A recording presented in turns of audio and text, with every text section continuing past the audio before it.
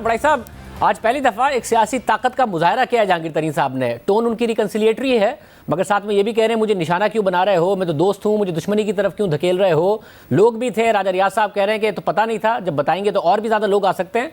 आपको लगता है कि जहांगीर तरीन साहब के साथ वाकई लोग हो सकते हैं, जबकि हुकूमत में तहरीक इंसाफ है? अगर आज़ाद लोगों को वो लेके भी गए थे तहरीक इंसाफ में, तो हुकूमत छोड़कर कौन जहांगीर तरीन साहब के साथ आएगा? आपको लगता है वो खतरा बन सकते हैं? मेरा है 2.5 साल के बाद ये पहली एक बहुत बड़ी पॉलिटिकल डेवलपमेंट है। आज ये एक तरह से फॉरवर्ड ब्लॉक या एक तरह से एक अलग उन्होंने शो की, पावर शो किया है, जिसमें वो अपने साथियों को उन्होंने साथ खड़ा किया है। चाहे मजबूरी में ही किया है कि उनके ख़िलाफ़ केसेस बन रहे हैं, लेकिन वो कभी भी जब उनके इमरान से अच्छे तल्लुकात हों या बुरे तल्लुकात हों, वो हमेशा अपने साथियों से मिलते रहते हैं, मशवरा करते हैं, उनके साथ मीटिंग्स करते रहते हैं। तो आज एक तरह से पावर शो किया, और इसका क्या मकसद था इन लोगों को साथ खड़ा करने का? चाहे इनकी टोन रिकन्सिलिएटरी थी, लेकिन ज़ाहिर है ये बताना ज़रूरी था। वो समझते थे कि मेरी तहरीक इंसाफ में जड़े हैं, तहरीक इंसाफ में मेरे लोग हैं, मेरे साथ सूबाई वज़ीर हैं, मेरे साथ MNA हैं, मेरे साथ MPA हैं। ये सारा उन्होंने शो किया बग़ैर कुछ कहे हुए, बग़ैर कोई नाराज़ी ज़ाहिर किए, सिर्फ़ इतना कहा कि मुझे दुश्मन ना बनाओ। लेकिन इसके अंदर धमकी मौजूद थी कि अगर दुश्मन बनाया तो फिर ये जो सारे लोग खड़े हैं ये मेरे साथ हैं, ये हुकूमत को छोड़ के कल को मेरे साथ ग्रुप बना सकते हैं। तो ये मेरा ख्याल है इस ये कहने में तो कोई हर्ज नहीं कि उनका जो पावर शो था उसका लाजमन यही मतलब था। और आप समझते हैं कि वाकई हुकूमत के ख़िलाफ़ लोग तरीन साहब के साथ मिल सकते हैं अगर वो कोई स्टैंड लेते हैं? क्योंकि ज़ाहिर है लाइन को तरीन साहब थे, मगर इनके अपने ज़ाती इंटरेस्ट थे। हुकूमत छोड़ देंगे ये और साथ चले जाएंगे जहांगीर तरीन साहब के, अगर तरीन साहब एक अलग स्टैंड लेते हैं आपके ख्याल में? नहीं, मैं ये तो नहीं समझता कि मौजूदा वक्त में लोग तरीन साहब की वजह से हुकूमत के ख़िलाफ़ बगावत कर देंगे। लेकिन जब बगावत का वक्त आएगा, जब हालात और वजह से बगावत होगी, तो उस वक्त तरीन साहब जो है वो एक यूँ समझिए कि एक बहुत बड़ा फैक्टर मौजूद होंगे, और उस वक्त अगर उनका साथ हुआ तो डेफिनेटली वो बड़े इनके लिए ख़तरनाक हो सकते हैं। क्योंकि तरीन साहब वाहिद वो आदमी हैं जो PTI की जो इंटरनल वर्किंग है उसको जानते हैं, और जितने लोग लेके आए हैं हर एक से उनका ज़ाती तल्लुक़ है।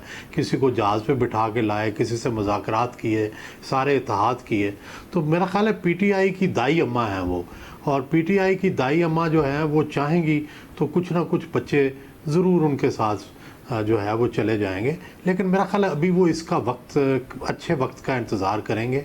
वो ऐसे वक्त पे वार करेंगे जब PTI के अंदर इंटरनल बिकरिंग और वजह से होगी, और उसके अंदर वो ज़ाहिर है अपनी दिया सलाई जो है वो भी ज़रूर उसको आग लगाएंगे। मतलब एक तरफ इमरान खान का एहतसाब का नारा है, और वो मुकम्मल तौर पर अब ओनरशिप भी ले रही है हुकूमत के, जी हम तो फिर एहतसाब के आगे इमरान खान किसी को भी नहीं देखते, अपनों को भी नहीं देखते। दूसरी तरफ जहांगीर तरीन साहब कह रहे हैं कि उनके खिलाफ साजिश है। आपको लगता है कि कोई साजिश है? क्योंकि इमरान खान साहब, जो बशीर मेमन साहब फॉर्मर DG FI हैं, उन्होंने बताया कि इमरान खान साहब तो खुद ज़ाती तौर पर बुला के कहते थे कि जी फ़लाँ के ख़िलाफ़ केस खोलो, फ़लाँ के ख़िलाफ़ कार्रवाई करो।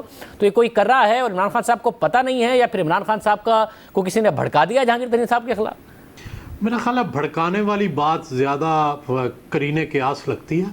उसकी वजह यह है कि ये तो ओपन बात है ना कि जो प्रिंसिपल सेक्रेटरी हैं आज़म खान साहब और असद उमर साहब, वो लाजमी तौर पर मुखालिफ हैं जहांगीर तरीन साहब के, और ओपनली इनके ख़िलाफ़ बात भी करते हैं और इनके ख़िलाफ़ लॉबी भी करते हैं।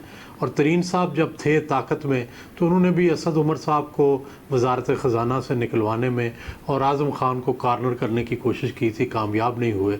तो ये एक लॉबी तो उनके ख़िलाफ़ डेफिनेटली सरगर्म अमल है।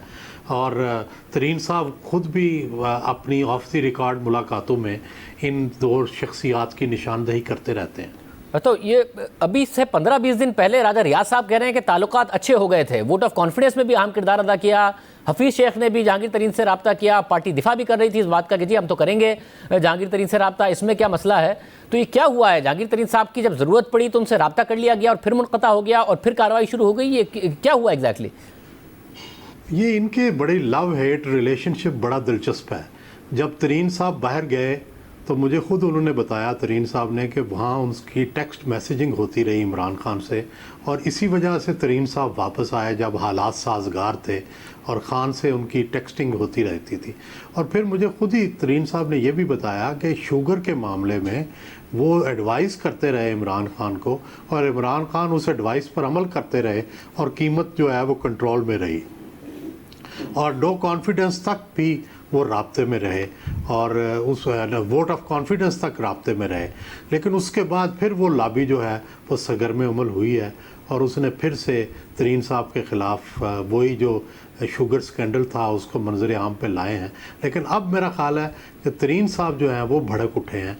पहले वो बड़े खामोश रहे और ठंडे जो थे ठंडे पेटों बर्दाश्त करते रहे, लेकिन मेरा ख़्याल है कि आज जो पावर शो था ये एक तरह से वो एक कदम उन्होंने आगे बढ़ाया है और अपनी नाराज़ी को पॉलिटिकल अंदाज में शो किया है।